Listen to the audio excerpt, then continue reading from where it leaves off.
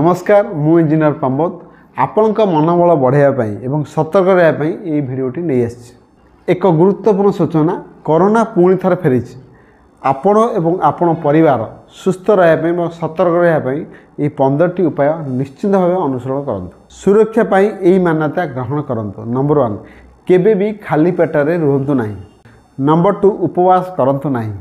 Number 3 प्रतिदिन 1 घंटा सूर्य किरण ग्रहण करंतु। नंबर 4 एसी बा शीत तप नियंत्रित यंत्र व्यवहार कम करंतु। गरम पानी पियंतु एवं गला को सर्वदा आर्द्र रखंतु। नंबर 6 नाकरे सोरिष तेल लगांतु। नंबर 7 घरे श्री कपूर और गुरगुर जालंतु जहाँकि परिवेश भल रहिबो। नंबर 8 रंधा खाद्य अध चामच शुंठी गुंड दियंतु।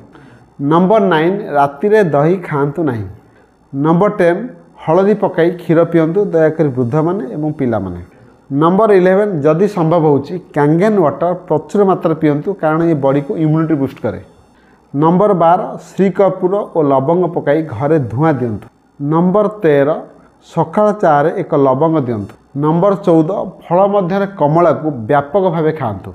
नंबर 15 अँला को विभिन्न उपाय बा चूर्ण करी मिठा पान रे केमिति कौन प्रचुर मात्रा अँला को व्यवहार करूँ कहीं इम्यूनिटी बूस्ट करे। आप मोर प्रिय देशवासी एवं मोर निज परिवार माने जदि कोरोना को हराइक चाहते यही 15टी नियम अति सहज नियम को घरे अक्षर अक्षर पालन करूँ।